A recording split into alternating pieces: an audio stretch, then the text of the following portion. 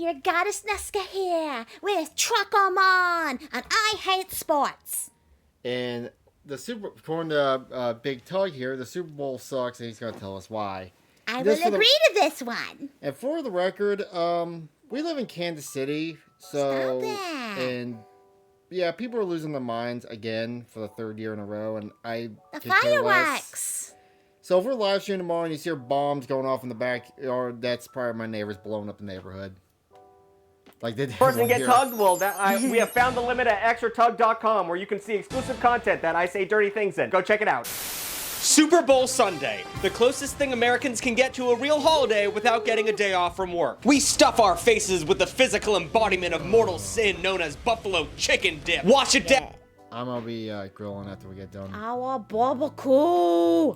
with a symphony of differently branded water-adjacent light beers, all while grown men concuss themselves on the gridiron of glory. Over time, the Super Bowl has become much bigger than itself, almost a parody of what it used to be. Much to the dismay of real football fans, Super Bowl Sunday is becoming more about the party that surrounds the game rather than the game itself. It's the celebrities, musicians, and fanfare that we celebrate, not the genetic freaks we see on the field. Honestly, the people who show up to the Super Bowl party and actively ignore the game seem like they're having the most fun. Because they're not, screaming at the TV. They didn't bet $300 on a play that obviously wasn't going to happen. If it just hits, we can go to Disney this year, kids. But is that such a bad thing? Do you need to care about football to enjoy the Super Bowl? Well, let's find out just exactly where things started to head south or north. And at the same time, find out why your dad, who exclusively wears a Lions quarter zip to work, why he tells you to shut the f up during the game. So once again, Chris, hit me with the flashback. We're going back in time as we always do at the beginning of Big Tugg videos. Whoa, flashback. Flashback. Let's see. Did you grow up with your family or your dad or no? Wait, sorry. Kansas City. I didn't have much sports people in my life. Yeah, that. Because at the time, during the 90s, Kansas City sports sucked. And my grandfather, I'm more in the auto racing like NASCAR, and I'll watch Formula 1 and Indy. Mm-hmm. So I'm more into that. NASCAR. Is your phone going? Lou's phone's going off in my bedroom, but we can ignore it. All right. But hey, I can get my story. What's your story? I just grew up with my dad watching football. Well, your dad, you guys lived in Texas back when the Cowboys were actually good. Yeah, that's what he watched. So That was his team. I like the football, and I was like, I could care less. I'd lock myself in my room, watch my TV, play my video games, and just ignored it. Yeah. Yeah. Play. Football was pretty much front and center at the first Super Bowl because, they didn't really know what entertainment was back then. Even though the NFL began all the way back in 1920, the first inaugural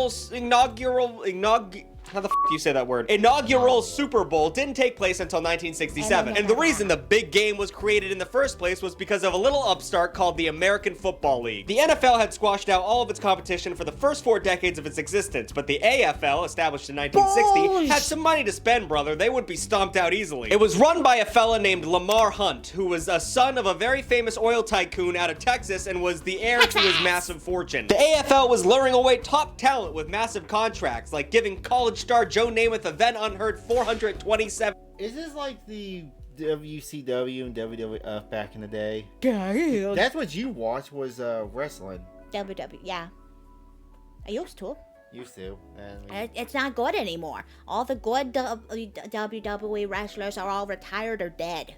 well, when the Undertaker lost to Roman Reigns, you were Don't mention that one. That was $1,000 salary. That struck a nerve. Yes. I didn't adjust that Roman for Reigns. inflation. That's probably pretty normal. But at the time, that was insane. And they even gained a foothold in the television market with an exclusive $36 million deal with NBC. For a few years, the leagues tried to coexist, tried to live together in harmony. They even had a gentleman's agreement where they decided they wouldn't poach talent from each other's leagues. But of course, like any peace treaty a white man signs, it didn't last for long. The owners of the teams Jesus. That's dark. I love me some dark humor. I'm sorry. Became worried that if they started sniping each other's talents, bidding wars would start driving up players' salaries and hurting their bottom line. So in 1966, they decided to do the twin fusion move and put their leagues together. But even before the leagues officially combined their business operations, they decided to take the step of unifying their brands by creating an AFL NFL World Championship game. So in January of 1967, the world's first Super Bowl took place. So it would be hard to imagine just how insane the Super Bowl would become if you attended the first one, because this was a far cry from what we think of the Super Bowl as today. Well, it wasn't even close, not even a little bit. Today, tickets to the game cost around like $8,600 just... Yeah. $8,600 for one seat. By the way, nosebleed tickets were like, I think $4,000. If you want to sit on the 50-yard line, it's like $15,000 to $20,000. Nope. For the record, my season tickets for you and me going to the Kansas Speedway is like $600. That's not bad. For 2 race weekends. For 2 seats. to get a seat. Back in 1967, you could get a ticket for $6 or $12 if you wanted to That pull would've out. been And even if better. you adjust for inflation, that's still only like $100 per ticket. And I'm pretty sure that's the cost of a stadium beer nowadays. But even at those incredibly cheap prices, there were about 32,000 empty seats in the stadium for numero uno. No one really gave a shit about the Super Bowl. The first Super Bowl, no one really cared at all. At least not like they do today. And they tried to make things better. Like they tried to zhuzh up the halftime show, and that was a disaster. It featured 2 college marching bands and a drill team from a local high school. A local goddamn high school. But don't worry, we have a surprise act that's gonna save the show. Guest trumpeter Al Hurt. You know Al Hurt. You guys love Al Hurt, right? I'm gonna say we might have been popular back in the day. Is this one of these like celebrities when you hear him die, you go, who the fuck's that? Just for context, if you don't know about Al Hurt, that makes complete sense. He wasn't even cool at the time. This wasn't Miles Davis or John Coltrane playing the trumpet in front of everybody. Al Hurt played Dixieland jazz, like the shit you hear in the back of like really silly blooper reels. Like no one was into this. And for the grand finale, they had a fantastic idea. At the end of the game, they released 10,000 helium balloons and a bunch of pigeons. Like 100 pigeons. Not the Blue Angels, but it's something. So yeah.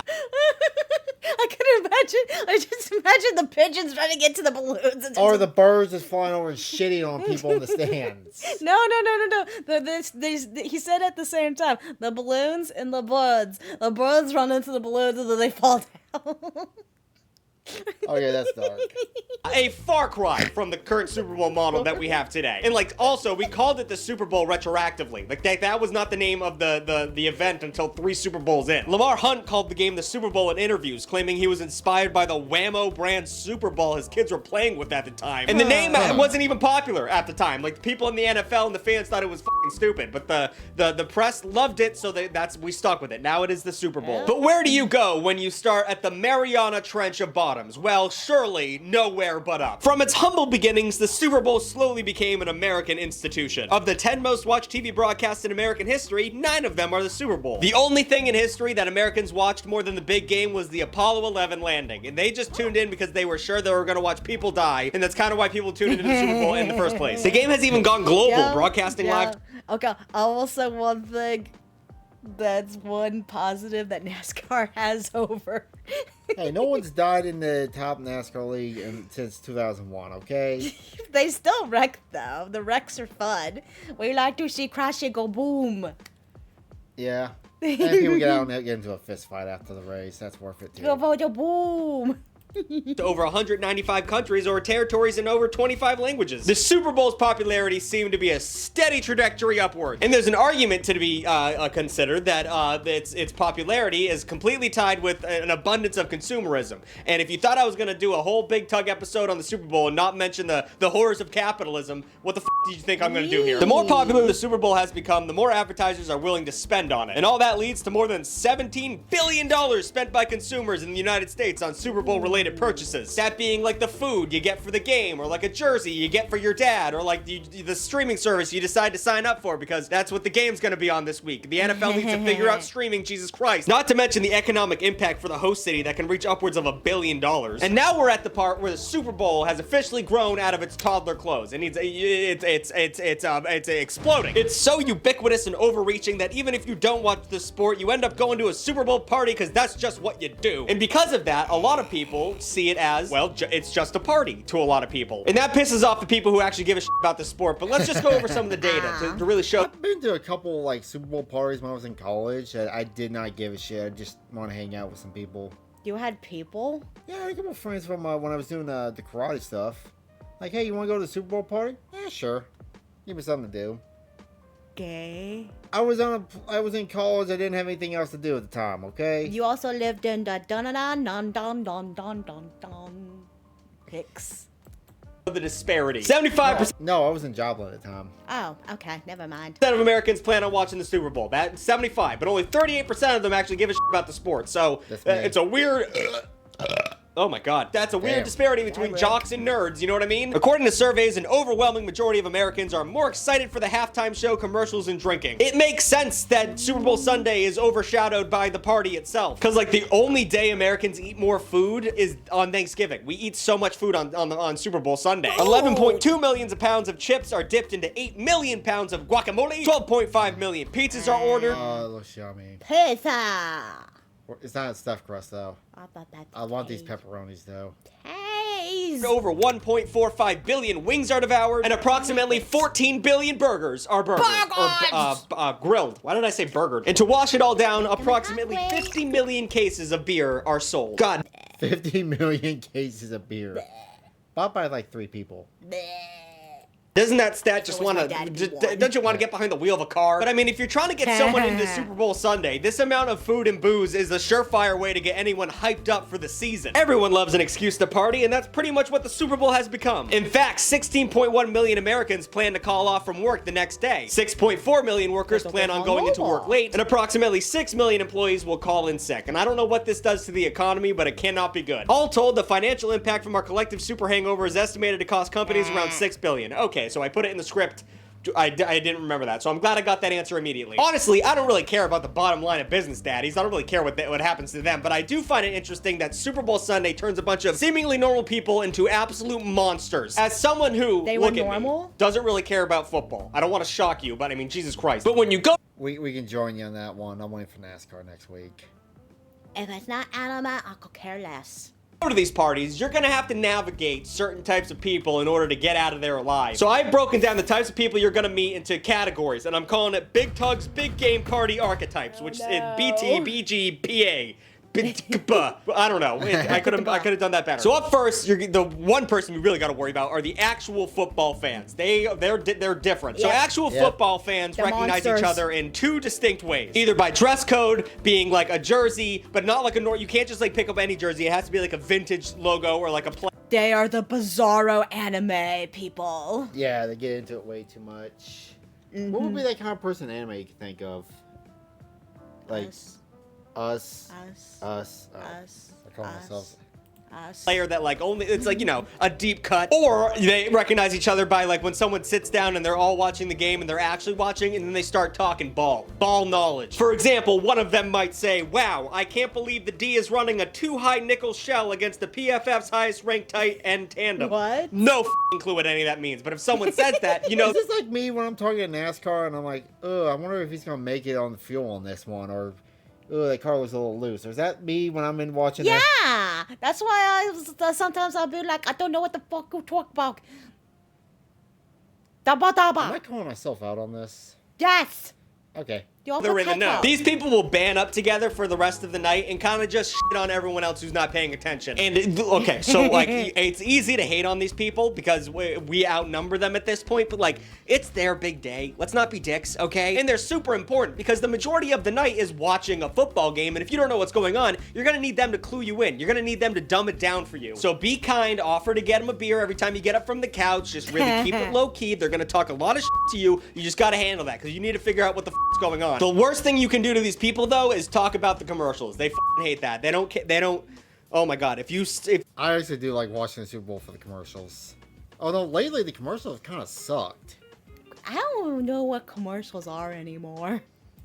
If you ask them what they thought about that commercial, they'll kill you with their eyes. And also, it must be said that Super Bowl commercials are not what they used to be in the early 2000s and Yes. 2010s. They've fallen from grace extremely, so it's not that big of a deal anymore. But still, don't mention it to them, okay? Now, this next group of people are gonna seem like the first group of people, but they are distinctly different. And these are the degenerate gamblers, okay? Degenerate gamblers in the Super Bowl go hand in hand. It's like ebony and ivory. Last year, 26 of American adults, nearly 68 million people placed a wager on the game. And the total amount of these wagers is approximately $23 billion. Wow. Yeah, I could see where they go hand in hand, because they will be equally invested in the game, but for monetary reasons. We bet on NASCAR races. Hey, we can do that in Missouri now. They made that legal. Oh, they did? It Yeah, passed? I don't have to go all the way to the state, all the way over to Kansas to bet on a car. Yay! That's a lot of shoe money that their people's children need. So that being said, statistically, there's going to be at least one degenerate gambler sitting next to you at a party. Now, once again, you'll notice them, and they're going to be yelling at the TV just like the sports fans, but they're going to have esoteric knowledge about the game. They're going to have knowledge about really extremely in NASCAR. That's when we do bet on it, because I was to win the money. Yeah, and they got more incentive for someone to win than, say, I don't know, this is a sports fan, because when you got actual money on the line. Money.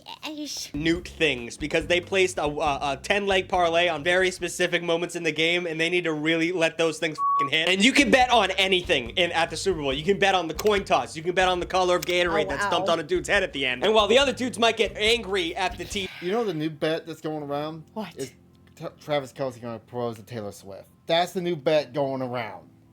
Did they break up or something yet? No, they're still going. They're still together. Really? I thought they broke up. No. Eh. You don't keep track. I don't care.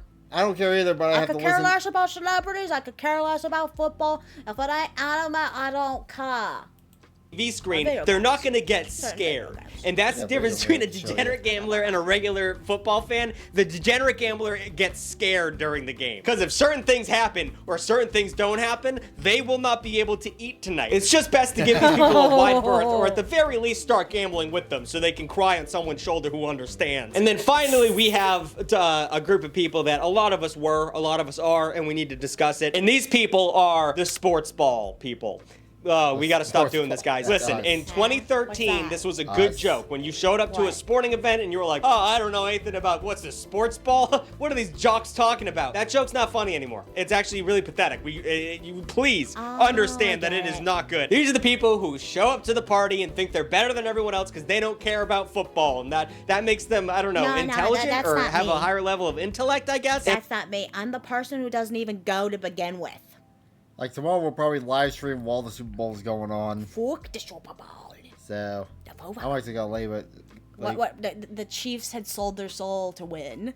No, I'm gonna label VTuber guys doesn't care about the Super Bowl. Let's live stream. And I was there. Listen, I was there. We were all Tumblr kids. Game. We all get that. Yeah. But you have to understand that not liking fun things doesn't make you interesting. It makes you boring. That's a really important fact of life that we all have to learn at one point. Don't talk about how the NFL's What? Nope. evil because of their concussion protocol. Don't talk about like everything I talked about with the money. Don't leave that shit at the door. So just knock it off, all right? We're done with that. But now that we've discussed all the weird people at the party, let's discuss the game itself. And I'm not going to talk about football because I don't know anything about that, but we can talk about the fanfare. Usually we pay extra money to avoid ads in America, like premium streaming services like Netflix or Extra Tugg. You can go to extratugg.com and see a bunch of fun, just fun. But Super Bowl commercials have become the cultural currency of water coolers and lunch breaks on the Monday after the game. And advertisers are willing to pay anything to get their product. Puppy monkey baby. I'm about that. You had to be high as a kite to come up with this. Just that string of words and just the abomination you could. Just why? In front of hundreds of millions of eyeballs. During the first Super Bowl, a 30-second ad only cost $42,500. Today, a 30-second Super Bowl ad costs $7 million. That's about $233,333 per second on the TV. The buzz from commercials became such a big deal that in 1989, USA Today created the Super Bowl ad meter. It's a real-time survey that asks consumers how they felt about each Super Bowl ad. The results are used as a metric by many advertisers and consumers to see which company won the big big game. And this, I mean, Jesus Christ, how Yes. dystopian is this? Like, we're all like judging how well did you sell your product to me? More food for me, please. But even though these ads never top the ad meter list, I'd be remiss not to mention the Bud Bowl. Variations of this ad ran during the Super Bowl from 1989 to 1997, featuring bottles of Budweiser and Bud Light playing a game of football against each other. And this is, I mean, these commercials are... You know what's a good variant of this? What? The Puppy Bowl. The Puppy Bowl? Uh-huh. On Animal Planet. I'm not sure if they still do that. I wonder if they do this, the Lingerie Bowl. What? Yeah, you ever heard that? It's like they get models, they get dressed up with lingerie, they put them in football pads and helmets. You never heard of this? No, that sounds dumb. It was on Spike TV, so probably not around anymore. I like the Puppy Bowl.